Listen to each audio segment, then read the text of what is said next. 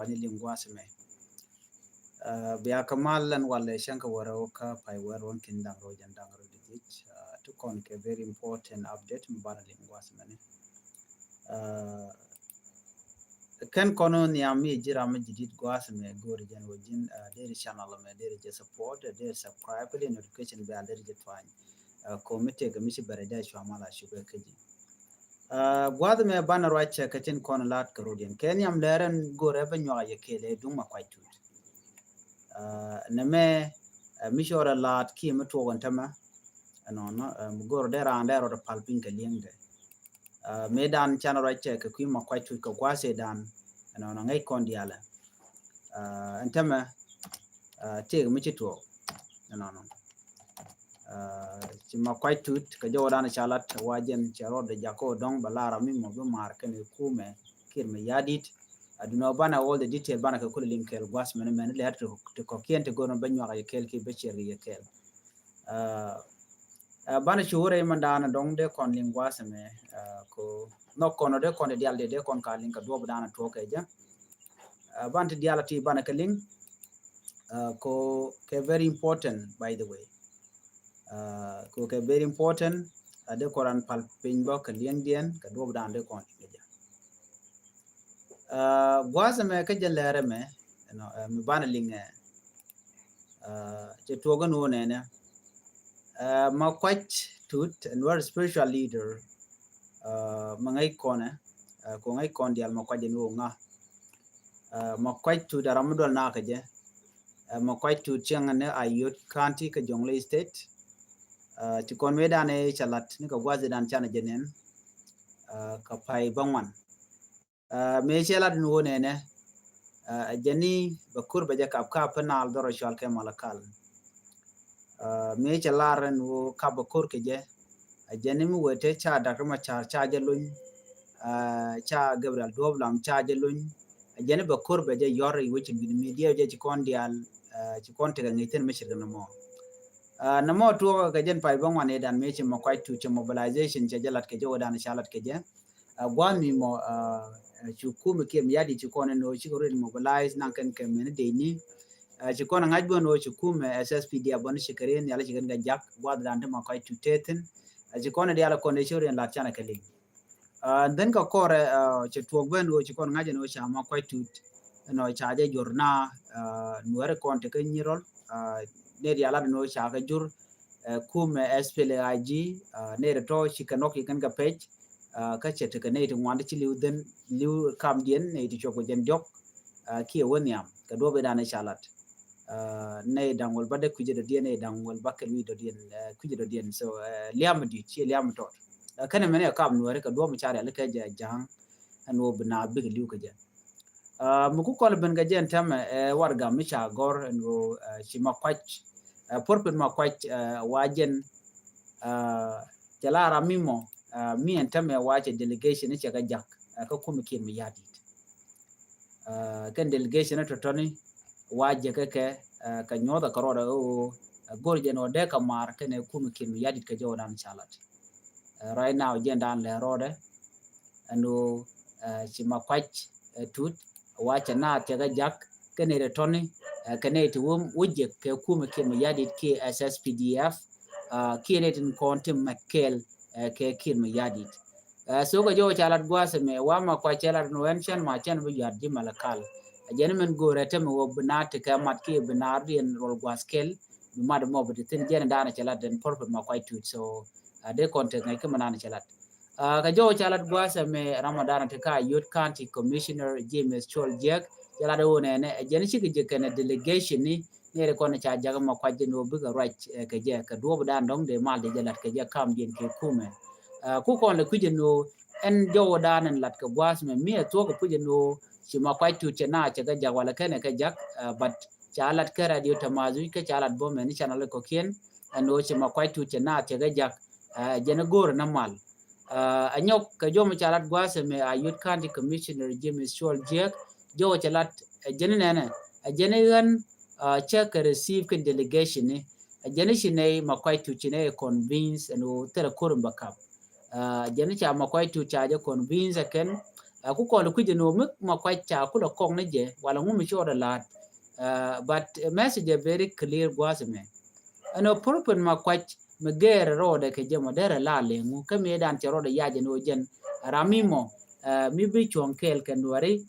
mi bi gadi be ka jako ba ka lu barai now che joje no cha ma kwa tu di wa cha je convince endo tele kor mi ba kap ka panal the no bu right jen Canadian konti la kum tila ne kin mi yadit but why kir mi yadit ba ngulin ne ka be kan ngulin kan ne ka ne de konen ge je no tele ne titini cha ka bulu you know tele mi shale loñ an mal lat kum ba mal gam tele mi shale mal so de yente ngai ko mi ma kwai tu charo de che wi de che geran tama la de jen o jen iche la de jen o iche delegation iche ga jaga buru ne na which mean that take a mete pin you quick corner ke kan past tenity don te na reishu ka meni lian ka do bada na loka dak ma char ke kwidi mi boko je anyok cha je la mag bone ngwandin kone ya jure kum me kir me yadit and all this thing we je no ma quite to che frustrate long ke che chu don da la serende ke je ki don cha je jur nobody know but men tin chana che ga jaga no dere mal dere jalat so that's it agenda la roda antema ka ma quite to so bana tika ngajen wo ma quite to de dane don de ko de ja capture me channeling wa ma quite to tela no buru ane jen ke kuma kir me yadi ke me dan cha jore cha je lug dio je ko ngajen wo che kuma jogo no lo nyanga lo nyada kama char ko ngajen no don ne yene yere ma cha me dan e chikore chi to gwini no don bare ma char ba je lun ba chire ma cha la wona ko jen ba je le luk ka lung mi shiro da lot lat ke ti ala ka wi den wo chere chagalat ajeni ma kwa chu la no na me systematic way mo kwa target ni da kama char ke je ko jenen war but right now je jojo no shi ma kwa chu chala ramimo michi kor che je look janitela kor of course kor che gwana sham but din metele je choice chen man an chan nen kana na sar chadak cha fan gak cha je dak cha wi del cha dak nware so choice dan ngo kon ware no medan ka pa dong me che kor me che to ngai kon ne cha delegation ne cha ga ja ka je kume kir me yadit chu kon ni no ma kwa tu cha je jur kan pe dia le kon chu ma kwa tu kan chang jo de che to but ka ke jen pai bong wan ne pai wo jen ko le je ke je ano la de jen wo joge kir no lo ne te kon ni chi ye no chu kon en bon wo chi kir che ne che nyo ko mi ja ka ma kwa tu but che kan ma kwa tu kan ke le why now mu me ger ma kwa tu ro de je question mo ngore kan ko na ngach manu mu je delegation ni je we do not know what is demanding a peace de no can negotiate Canadian country la nuer wauki nuer ko na shunkel ke kin me yadit nobody no quick commission na me so de yente ga ngai ko de shima kwai tu chala rami montama mi jang delegation ni no jen gora mar ke kin me yadit ka jano ngone dial ngot kare rete jente rami mo mi chalu so na me gor jeno de yena ngach dora chal ke bor ler dien na me kabor che joje no la bon jani man chal ke red bell group ken wa ken chicken chara jogo no yen biaron mat de ni SSPDF ya shonkel ke South Sudan People Defense Force karam mo wi logo no broda mat South Sudan People Defense Force ba ja kep ka bom ka ba mai ken ka ba mai ka ba ka kep jen jodan tikala misit na me misit to gan tama ka jom shalat ka ku kwaran dan pai kwany ala kwere jidide pai kwany no ken chicken warga chicken gwared bel lankan ken o yen nagamal madarodun rede ni SSPDF ba jele la National Army tirmana na ngai kona ba no mi la roda ni siang ka jang cha nur cha de min jogo no madarodun dej SSPDF che de to kon en nur waya mi ken red bell ki bonde ko kete ken gedak nur waya mi tele ke be ni uniform ni tele ke mai te kap ken ka tele ke yoru kap ken ka la je ken rodian bas gwa dan na kane ken ten ke gwa dan ken go jeno duor chabaj jen mala ka rodian je ke je cheng me dan nyin ken ka SSPDF ku ken nyin ka SSPDF ko gang ken rodian gang ken weidian shika group ke bon ma cha yapin na but ken do badana wareng ma charwa ke je ken wari ko ken wari cha go jeno ken ba ka target ke jen ma kwa target ne reng ma char ka je mone wada me milin kon meni o ban je ngaji no di red bell group badana cha lat ma tere we bor ka jo ran cha ko ne gwad mu ko linga tama chaga gwar warga a civil defense force chaga jogono yen we akabon SSPDF ci general Paul nang majuk je jomo che jelan ngai ko na general Paul nang ne wase dan chaje kwanye lo jera medan la kwar duno chaje bo watch ka civil defense minister antem right nam right ko jen cha nyo mo kwany ke jemo che odor me che kulu to kare bel group no kwaro du report ka dor chal ke malwal chat rewij bor malwal chat jene base SSPDF che ga jogono wiatin kwaro du report ke biya mai kun kel ba yelel la National Defense Force ki SSPDF be order me cha kam ke na mo ramwi local national ramwi local red bell group at rewij bor amalat ken okene community militia waram mo baje ke bukume ka baje yen ke joran ci ken lat ke je agenda le road entame si general lure konke warga mi cikana gor don mi jiram mi ci social media de je meje general lure konke la do ne jeni jong ne dialan continue wi ka wara state ne mo ken ni jandang rewe ken wan kun we te ci ka ren surrender bukum be chop kay ka ba mai kun ba ka ko bom ka jima kan de connection ke warap na mo jom mi ken tu anyok ci ken le redin ci ken nyom mutup ken kam ken SPLIO ken ci ken SPLIO jogo no na force nu kun dial ka kwaro de report ka unify force ken dial ka SPLIO men SSPDF ka Kurodian report ka training center gwada danen lat ka training tin ko ba phase 2 ba je nyok ka metwo ka je but ngai kon diala no na me very impossible along at this time no ba ku mes pela yo ba ga jogno yen la the rodun ki we are ka training ya kwa train ko bi mal ko leben ngai kon dial te ko ne chude lat ka pay jok wa ka pay mon ke pay de chu man tema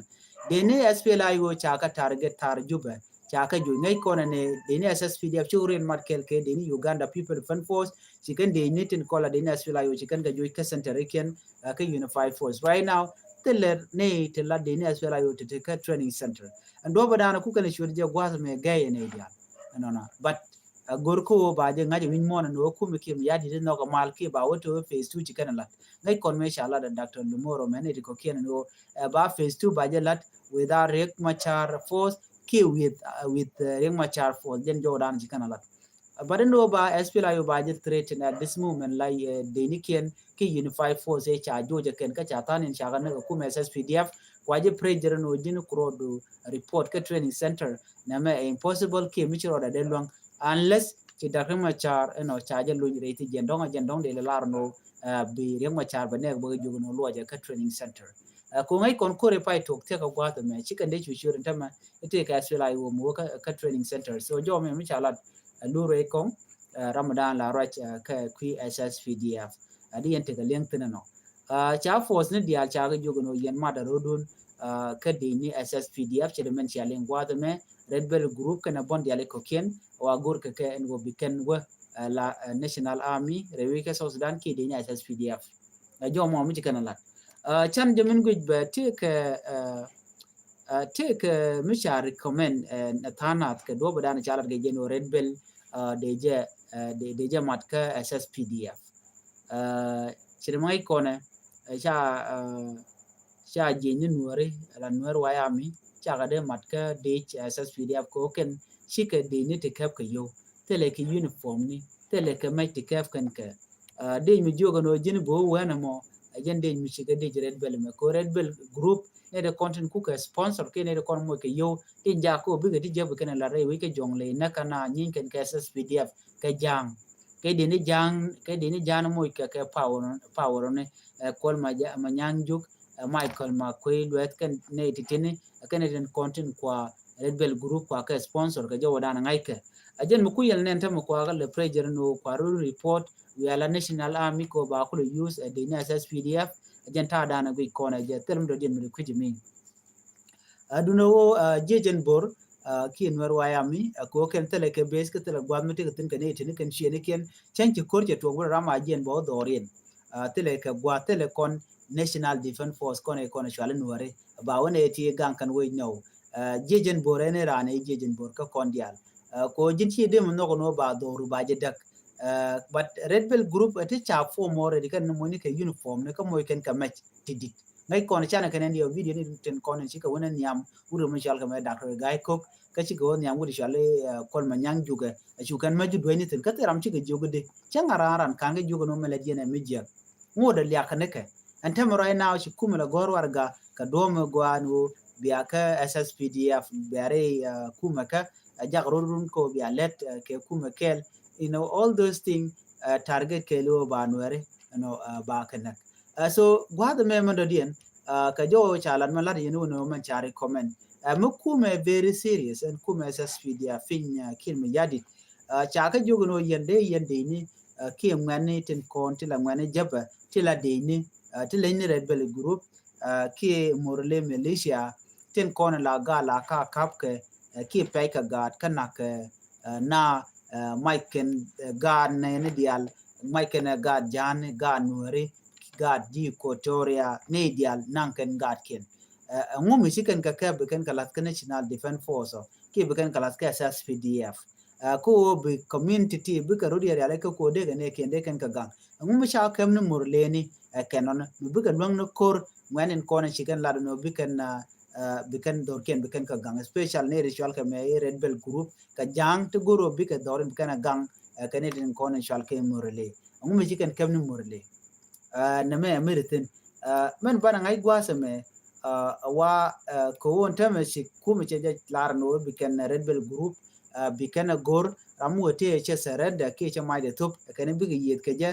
ke baje yen ke baje kep ko bom right now mission na me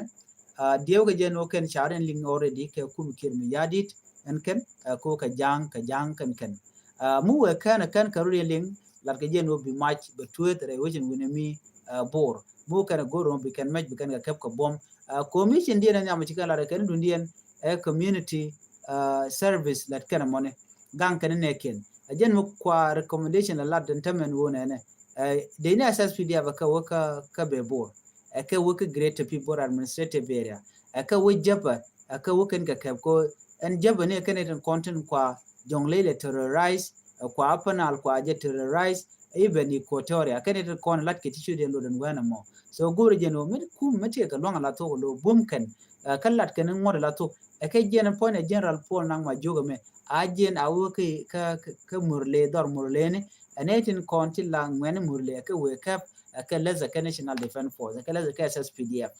ko tirama ko chonko dere community dere jaga banware tele ka national defense force tele ka force maganka mamala ko mo enwer waya mi kene iti moti chari ale ka no kan kare ale ka tirama dorin la je jenro do gwadan ti korche tokten den bu kulo ga tele ka force mit la du dien mi de laro na me force dien so na me de yen lin ka ta dan den wana ru lin ke je run but wogo no ba Dr. Machar ba je nan ka court ba je nan gwaluk ba luken ba wan dien ba je nyom to gerun shedum pai kon lingan tamen no spiritual leader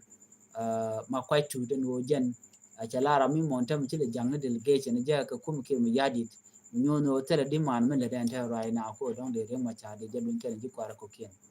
kan wona jaram dan dol na ka je of course dol na ka je te koni kon kenen chana no cha deploy many police ni SSPDF dol na but ma quite to charge convince anetin contin lanwer wewni kene de konon te kel ke kim yadi lanwer nurai do ko la nuwer wew yes ke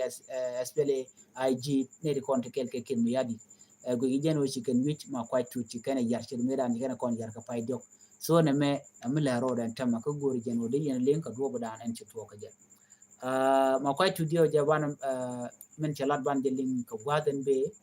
ko antama report chala den wo jen chene ga jak delegation ke je kware chiko rai ke kuma ka yot man lat kana kon ngach batija chine de kon la kwara ga yot chala do kene ne chicken ma kwaje kana kon business wo che korche je boka ka panal so jen dana le ro den tama si ma kwai tu chalong biajo mo biaja ngaje no tele ma kwai tu no kor bi kap unless te mi chro do ger gwat dana ra jitin kana kuma kilma yadit no dio je ko kor gwat dan chana rajen longo no si ma kwa chala do ne jeni mi charing ma cha je ko to ko don loko je kana je kware jeni balle ba mani mi chi luk che kanrar so luk mu wo kanrar je den betega tungwan te be te bodian lat bu kor bu loitin ke si bu wor bu loitin ka South Sudan right now ko jen ta dan lien ga temane ideal no mo te luk cha je lugo gwa even international community ngai kan mission me no cha men lat ke kum kir me yadit special codian cha je rejak but tomorrow bana do bu danan bu kombo ka je bana je lingarun either ka ninten be bala ko South Sudan ke be malbeben so let's pray no be malbeben ko ci kon goro ne kon de kala ngot kami shush kan cha de la chang ro fi kam gor je no mal de implement so jo me gor je no de nwa yikel mi jiram jidit gwa same ka no online tv channel gor no jen bilat je bi nwa ne ko ken ban no je gum de den bi atamal